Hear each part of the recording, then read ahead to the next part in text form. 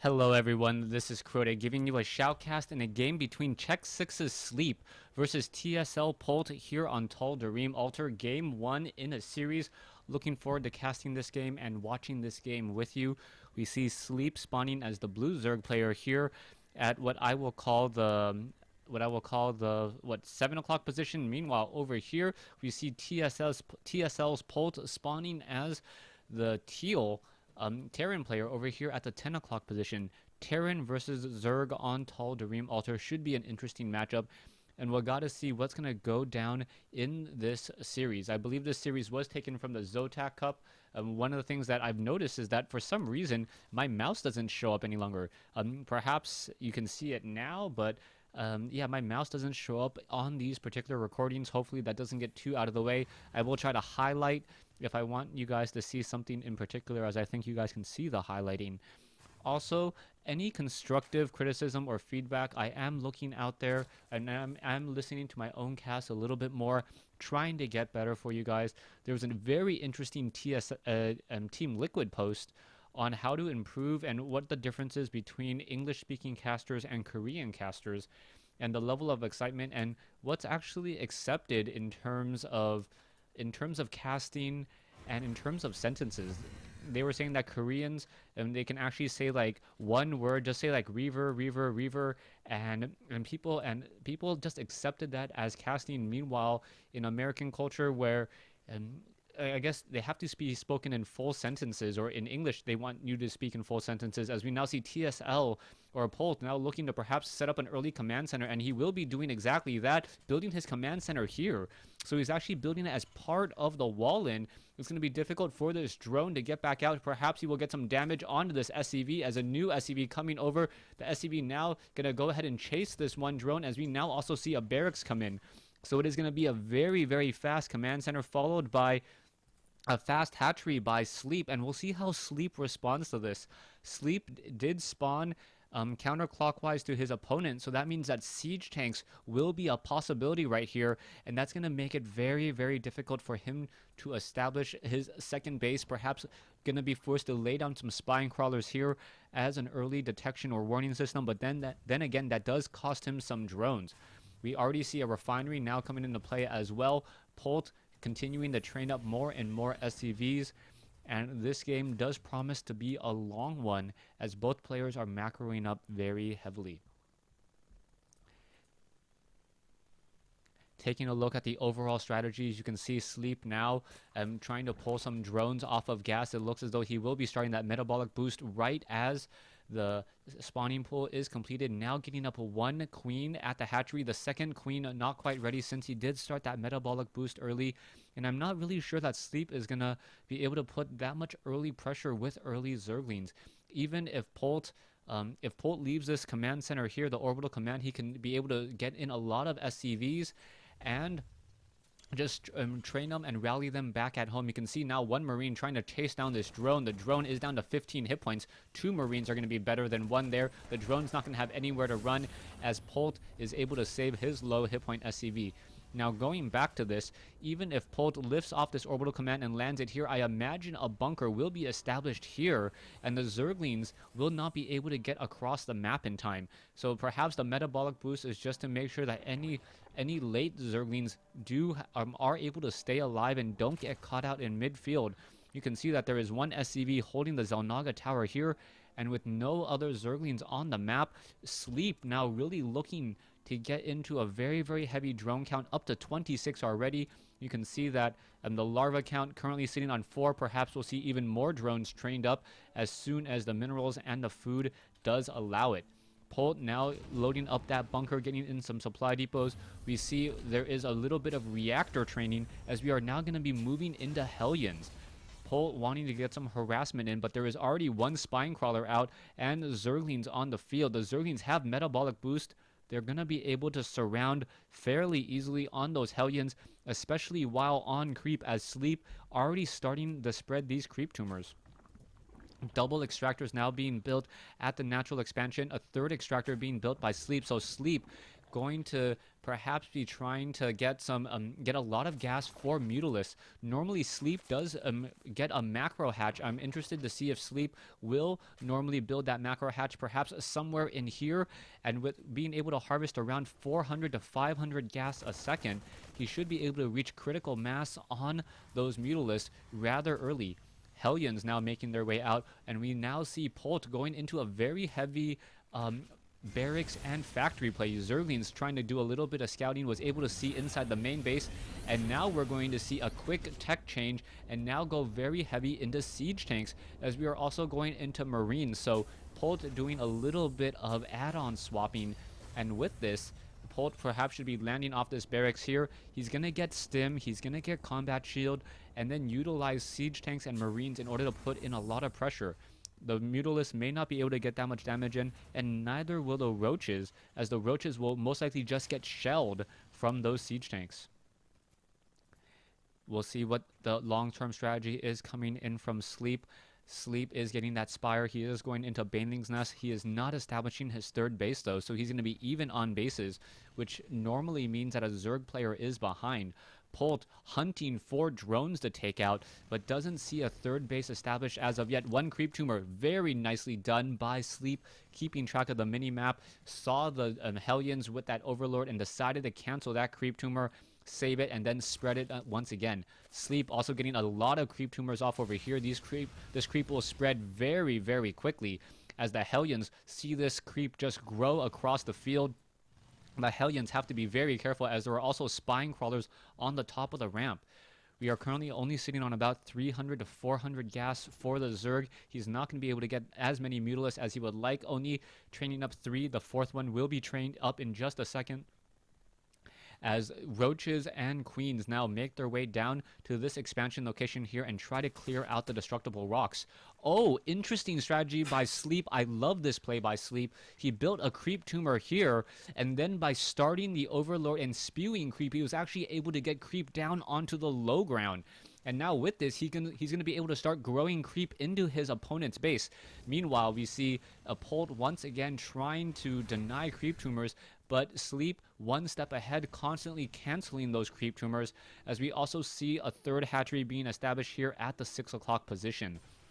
Taking a look inside the base of Polt, Polt is not going to be doing any expanding right now. It looks as though he's just simply sitting on 2 bases. He is building up this looks like a command center is already ready to go, but he has not cleared out these rocks yet. One Marauder working very, very diligently. It looks like he will get those rocks down in just a second, and we'll see how easy it is for Polt to establish that. There is already creep slowly making its way over, and if Polt is very aggressive, he can connect it with here rather quickly, as there's only Hellions there to try to stop, and Roaches have a very, very fast movement speed, especially on creep and the Glio reconstitution, but it doesn't look the Glio reconstitution has been researched yet. Rather interesting.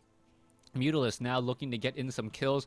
There was 5 harvester kills back over here, but a missile turret was completed in time, as now marines are still being added. Level 1 weapons upgrade now about to finish. Combat shield being added, as the Hellions now have to be careful. Siege tanks now moving out midfield, but there are no marines in this group, as the Mutalisks are now going after the marines. Are going to try to fire back at it, as the Mutalisks are going after those units. One siege tank does go down, and Polt losing some units in transit. Meanwhile, Zergling's able to run through the front door by Sleep, and Sleep now gonna just perhaps tear apart all of the production. A round of Marines do come off just in time. All the units are now simply retreating back. There are siege tanks now in siege mode here. The Mutalisk trying to perhaps take down some of these siege tanks that are low on hit points or a little bit out of position, as the Marines do not want to freely use stim, as that would that would damage those Marines a lot as well. Sleep somehow able to establish his 3rd and 4th base now. Meanwhile, Polt still sitting on 1 base at this point. The Zergling run-by did a little bit of damage, but not nearly as much as I would have expected, as Sleep is now growing his Mutalisk ball up to 9.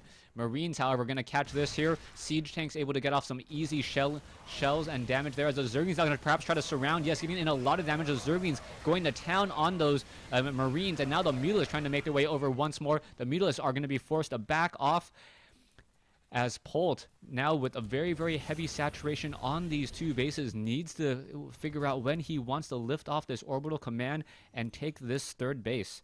Very heavy production buildings. You can now see 9 barracks will soon be operational, as Polt is content with a little bit of map control here at this Xel'Naga tower.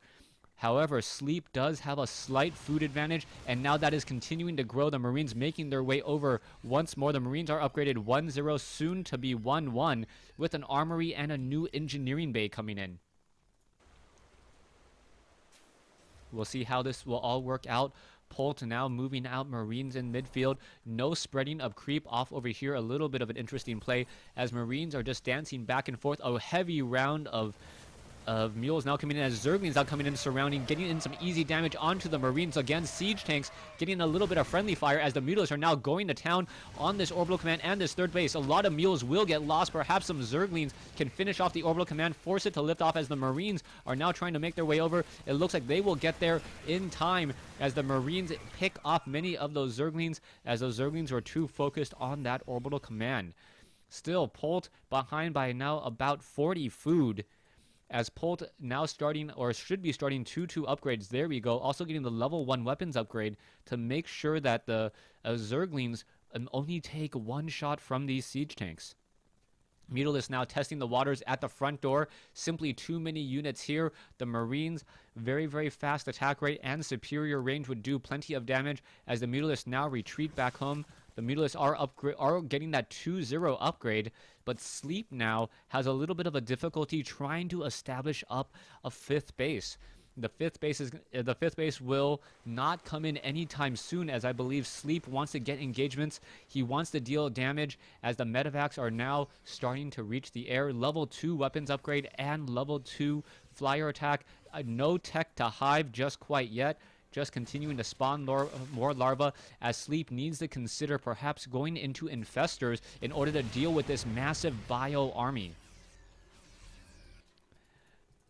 Zerglings still sitting around together at this Xel'Naga tower here. This looks like a flank waiting to happen, but Polt very aggressive, getting in some missile turrets as well. A very strong range of 7. The Marines also sticking close by. The Mutalisk trying to go after some of the units in transit, but no, a nice ball of Marines show up just in time.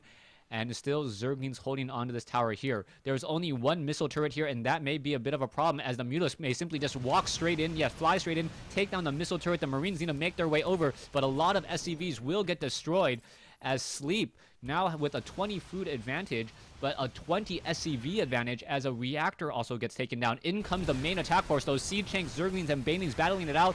The siege tanks finding some of those Marines, and the siege tanks finding some of those Banelings, but the Banelings finding the Marines, as Polt's Marine number seriously taking a strong hit. Once again, the Mutalisk, however, coming back over and nearly decimating all of the SCVs at the natural expansion.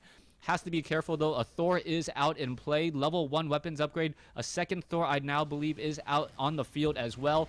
2 Thors. The Marines now backing off close to the Xel'Naga tower. And we'll see what's happening next as the Zerglings trying to go up against all of these Marines. Not a good fight. Missile turret here as well. This is a bad engagement for Sleep. Sleep needs to get the heck out of there.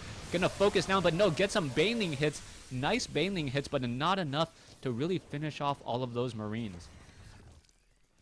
Now, we'll see what's going to happen. Both sides did take very heavy hits. Polt now at 139, going to use that low ground siege advantage and start shelling away. Mutalisk now looking to perhaps deal some damage at the natural expansion. So both players' natural expansions are in trouble. A group of Marines also funneling their way down to the 6 o'clock expansion location at the 4th base here, and now all of these drones may get taken down, but the Mutalisk going after the production, and the production is really going to hurt, as all of the tech labs, all of the reactors are getting destroyed. No more siege tanks, no more Thors, and a lot of those reactors, because they are so low on hit points, not many more Marines could be added. The Marines are doing a good job with the Thors, trying to clean up a lot of these creep tumors. It looks like this base was protected by a round of Zerglings and Banelings, as the Mutalisk are still going to town. Yes, it looks like the engineering bay may get destroyed. Yes, the engineering bay does go down. There's only 1 Marine left. More Marines arriving to the party rather late, and now this base is going to be in trouble if the Mutalisk flies straight down. Only 1 missile turret against the sea of Mutalisk in the air. 19 Mutalisk going to finish it off, especially with the level 2 weapons upgrade. More Marines now trying to make their way over, and all Polt really has the center map control, but it doesn't, or it's not going to really matter unless he can reinforce or deal damage. Marines now once again pushing in. Zerglings going to be going after drones. They will be able to destroy many of these drones, but there are only going to be 2 upgraded as the orbital command gets taken down at the 10 o'clock expansion. Marines now trying to reinforce the center. Siege tanks slowly encroaching onto the natural expansion. It looks like this base may fall. There are a lot of banelings ready to go here. They are still fighting on creep. The creep is still slowly receding, and that additional movement speed upgrade may be a bit much. Drones now making their way back. Banelings are still hiding just beyond the brush. Marines now trying to make their way in. Drones getting shelled. This is not good. The Banelings not going to find many of those Marines, but the siege tank able to destroy way too many of those Banelings, as I do not believe Sleep was expecting a siege tank to be in the midst of that group. That siege tank getting in a lot of kills and preventing a lot of those Banelings from finding their target. But the Banelings finally making their way out. That siege tank, what is going on here? All of these Banelings just getting sacrificed, as Polt now dealing a lot of damage to those Banelings, and it looks as though some of these Banelings are still making their way off north here, finding the siege tank, finding the Marines, and now there are hardly any Marines left in this group. 78 food versus 128. Sleep now with a 50 food advantage. Harvester count still up by about 25. And now more Marines are being added, but no more workers. So Polt hoping that these mass Marine units will be enough to handle the Mutalisks, the Banelings, and the Zerglings. That's going to be a very, very difficult proposition, especially with only one siege tank left on the field. Here we go. Zerglings once again coming in for a surround. Medevac able to pick up some of those units. The Medevac now trying to unload those units, as the Mutalisks will be able to finish many of those off. Polt losing his Medevacs now. The Marines are trying to split up. Not a good exchange there by Sleep. But Sleep right now with such superior numbers can afford to trade inefficiently if it means that there are no more Marines left on the field. 10 more Mutalisks now being added. We will have a total of 15 in just a moment. No, 20, almost 20 in just a moment, as the Mutalisks continue to grow in number. It looks as though Polt lifted off his main base and then landed it over here at the 9 o'clock or 10 o'clock expansion location. Polt desperately trying to get his economy back up, utilizing mules. It may look like he has a much higher income, but he is hardly harvesting any gas whatsoever. I still believe that if Sleep had gotten infestors would have been able to land plenty of fungal growth, especially considering now that there are not that many siege tanks. We do have the infestation pit on the field since we are going into hive tech, but not one single infestor has been trained as of yet, or I have still yet to see one, as Sleep now moves around the map, perhaps trying to hit the natural expansion one more. Many of the production buildings have lost their add-ons. Where are these Mutalisks going? It looks like the Mutalisks going after the reactors again. One reactor simply getting taken down. A second reactor. Oh, a Thor getting off a nice hit. We are going to see a nice magic box, but in come the Marines. The Thors do go down, but now more Marines coming in to reinforce those Mutalisks. Kind of stuck in a very, very tricky situation, as the Zerglings now swarming and getting much more map control. Now, at some point, Sleep should consider starting up another base. Sleep wants to make sure that he keeps his economic lead and doesn't allow his opponent to get back in. There is no expansion at the 12 o'clock location yet by Polt, but at any moment, a command center could be lifted off and landed, turned into a planetary fortress with missile turrets, and that would be very, very difficult for Sleep to take out, especially with the enforced armor on that planetary fortress. Polt considering his options right now. The Marines are upgraded 3-2, soon to be 3-3. Meanwhile, Sleep going for the ace, an ace unit in the Zerg army, utilizing Broodlords. Broodlords are very effective, and especially when it's just a mass Marine army, the Marines tend to get choked up on those Broodlings, especially if the Broodlords are able to launch a lot of Broodlings early on. And then if the Marines try to get underneath those Broodlords, Banelings can often find their way amongst that group, and then the Marines desperately have to run away and get choked up on Broodlings again.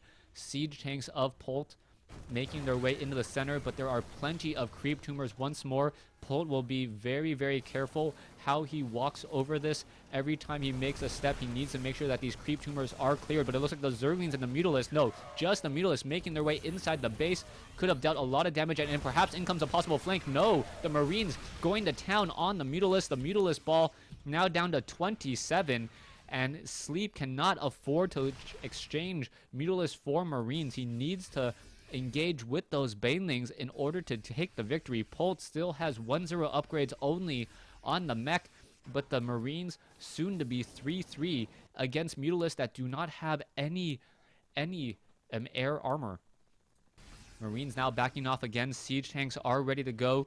It looks as though the Mutalisks are going to make their way back inside the main base, perhaps get some damage on some of these production buildings. There's not much going on here.